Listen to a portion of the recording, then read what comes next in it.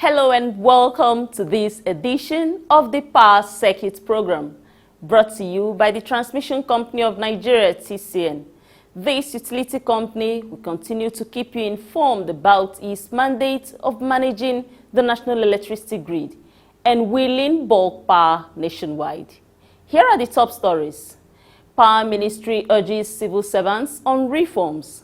TCN completes new tower, recovers another 600 megawatts of energy wheeling capacity on Egbin-Aja transmission line. Electricity markets participants taxed on strict compliance with power grid code.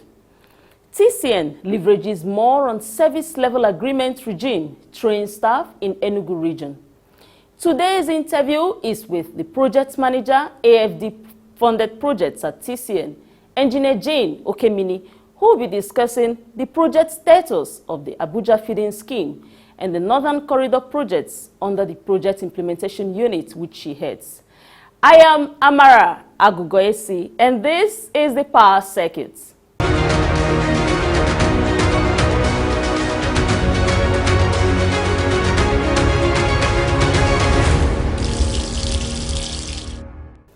The Federal Ministry of Power has urged the civil servants under the ministry to embrace the ongoing reforms in the power sector while cultivating good communication strategies. Here is the full report. The position of the ministry on the power sector reforms was reiterated during the opening session of a sensitization program on effective and efficient service delivery for directorate officers on level 04 to 17 in the ministry and service compatibility office at the presidency Servicom officers held at the powerhouse in Abuja. The director overseeing the office of the permanent secretary in the ministry, Mr. Emmanuel Utu, in his address said, communication remains critical and key in the development of all sectors of the economy, especially for service delivery. For the ministry to achieve the vision statement of being a key enabler of community and economic growth by facilitating delivery of functional, affordable, and reliable power supply in Nigeria, and mission statement of expediting national development by providing policies, systems and structures which ensure delivery of reliable, functional and cost-effective power supply to Nigerians. There is need for good and effective communication. I implore you all to take advantage of this program to enrich your knowledge and improve on your communication skills. He urged the civil servants to prioritize the program so they can enhance their communication skills. Develop that skill, develop your writing skill. When you are giving verbal directives, put it in a file so that your boss will now endorse, then you are covered. Because if that verbal directive have any reason to backfire, you cannot hold your boss, or nobody can hold your boss accountable for it. So on that note, I wish you a very fruitful deliberation. Thank you very much. The Director of Reform Coordination and Service Improvement in the ministry, Mr. Bernard Nwachukwu, said there was a need for continuous teamwork to deliver the ministry's mandates. It's our routine work. We have to rub minds together and see some things we might think they are very minute, but they are very necessary, that will keep the work of the ministry going without leaving anything undone. So that's why we are here, and by the grace of God, will not take more than 3 or 4 hours of your time, and at the end of it, I'm sure you will see the need why you are here. The Director of Human Resource Management in the ministry, Mr. Ken Nwazurike, exhorted the participants on being proactive while doing minute documentation and in their communication process. Use your initiative. There could be a meeting that is a regular one, but because you must hold the meeting, matters that arose from the previous meeting, you will discuss it. Then there will be no other thing. So it's not because it says matters of the day, you still mention it there, and there will be nothing under it. So I said, let me find that out. On her part, Nnekole, a Servicom desk officer in the ministry, made a presentation on the role of communication in an organization, noting that all meeting procedures should be properly documented in minutes. So whoever it is that is going to take minutes of that meeting has to consider these things. What kind of minutes am I taking? You know, there are different, if it's in the departments, you have shorter meetings, straight to the point. Usually it's an action kind of thing.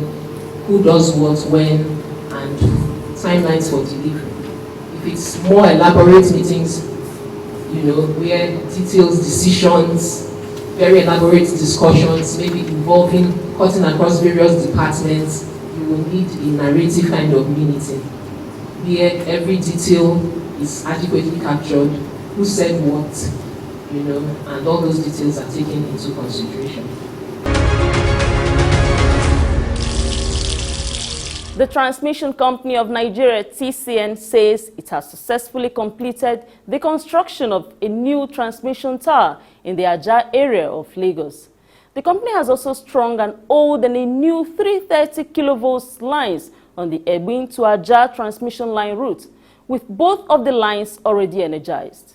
According to a statement by the General Manager, Public Affairs at TCN Ndedimba, the new line, which was out since 2013, has increased the transmission line's capacity on the line route by 600 megawatts, bringing it to a total of 1,200 megawatts on the Egbin to Ajah route. The company said prior to the restoration of the second Egbin Ajah transmission line, the Ajah 330, 132, 33 kV substation had operated through a single-cycle 330 kV transmission line. The newly restored line was isolated in 2013 due to Ajah GIS substation installation failure.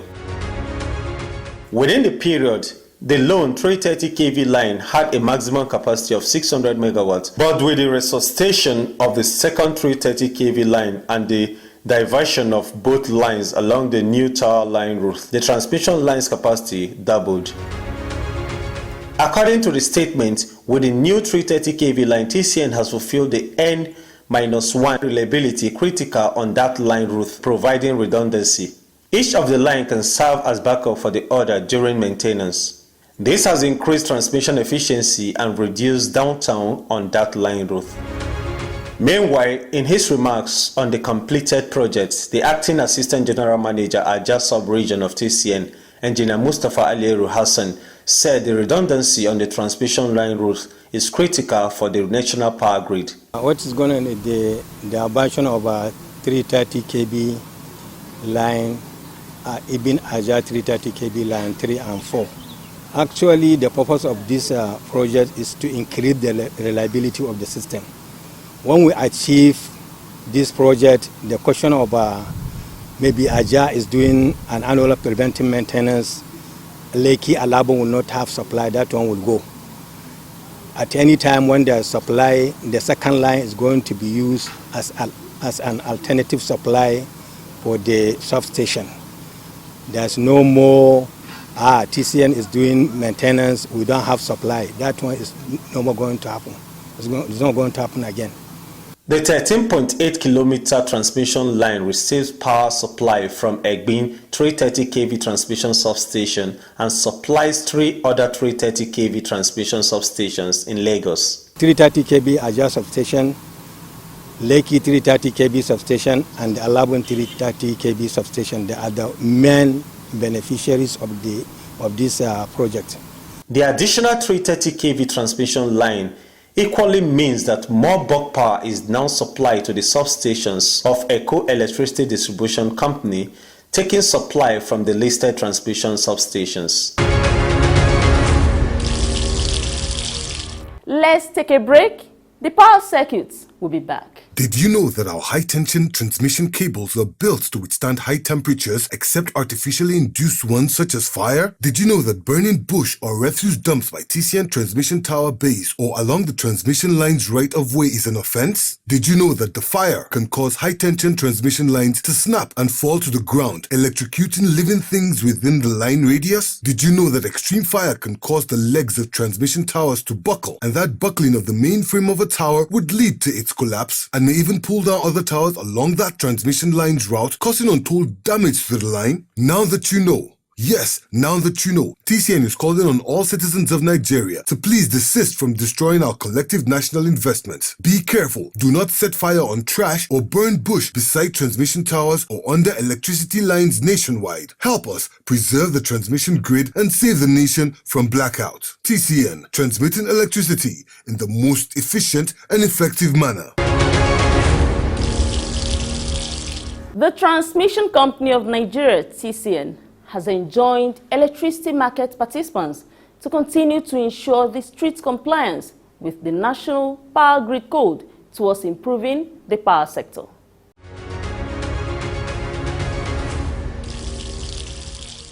The General Manager, National Control Center Osogbo, Engineer Balaribe Abdullahi, stated this while addressing the participants during the 43rd biannual hydro planning meeting in Osogbo, the Osun State capital. While declaring the meeting open, he lauded the participants for their dedication, which ensured that the power sector recorded minimal supply disturbances in 2020. We sustained the grid operations for at least 6 months in 2020 without grid system collapse.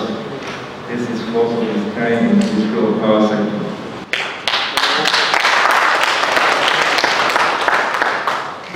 There were only 4 system collapse throughout 2020, of which only one occurred within this April period. This is first of the kind in the history of power sector.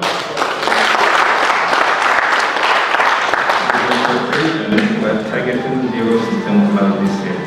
To further sustain the milestone this year and beyond, Engineer Abdullahi called on the stakeholders to respect the grid code and obey all operational instructions coming from the National Control Center, NCC. I urge you all to cooperate with the National Control Center by operating within the grid code and obey all instructions coming from NCC.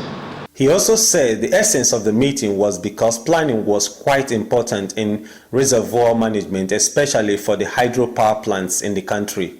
Reservoir operation planning, therefore, is a decision-making tool in the product hydropower generation activities so that a near balance between inflow and outflow of water may be achieved. This meeting, which has a history over 25 years, was a child of necessity to bring the various hydro stations together to reconcile the hydro data before the operation planning meeting. Reservoir management in hydro energy production require a thorough understanding of the behavior of the river system upon which the plant is based. No reservoir is to be operated by trial and error. Speaking further, Abdullahi said planning is an integral part of reservoir management, particularly in hydropower plants, where daily monitoring of reservoirs becomes necessary. He added that reservoir operation planning forms a decision-making tool in the process of hydropower generation in order to always achieve a near balance between the inflow and outflow of water.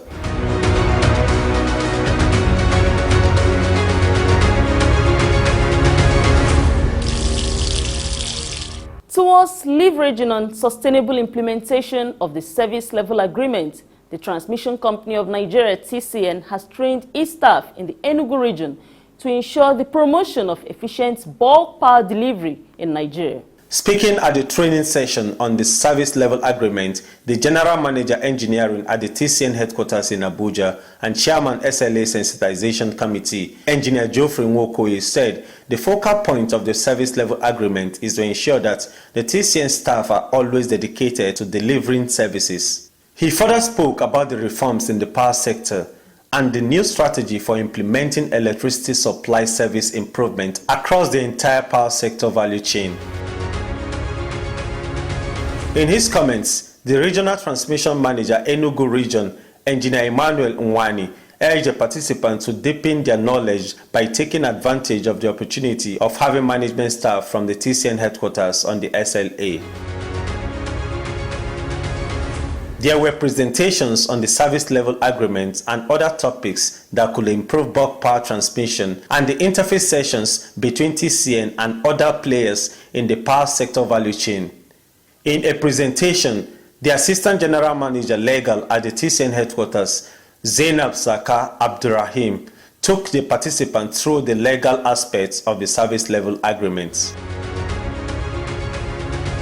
The Assistant General Manager System Operations, Engineer Adesonya Bashiru, explained the technical responsibilities and obligations TCN ought to fulfill in the service level agreement it has entered into with the distribution companies. Speaking on the implementation process of the service level agreement and the grid code, the Assistant Manager Legal, Barrister Umar Ikaigi Michael Limi, in a presentation said the agreement is ensuring that efficiency is boosted in the transmission of electricity. Speaking more about the training impact after the service level agreement training, the General Manager Engineering at TCN and Chairman SLA Sensitization Committee, Engineer Geoffrey Nwokoye, said TCN has responsibility to comply with the agreement that it has signed with the distribution companies.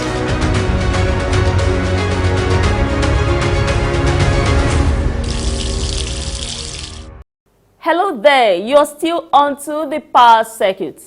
In the interview segment, the project manager for the Agence Française de Développement AFD Project Implementation Unit, Engineer Jane Okemini, explains why the Transmission Company of Nigeria is executing the Abuja Feeding Scheme project and the Northern Corridor project.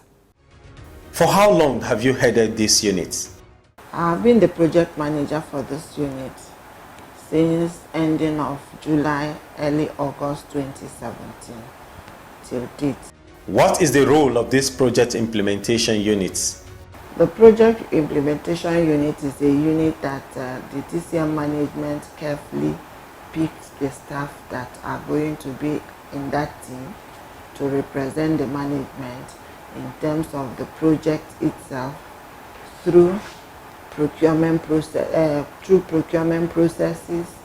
and the contract management or administration based on the projects in question.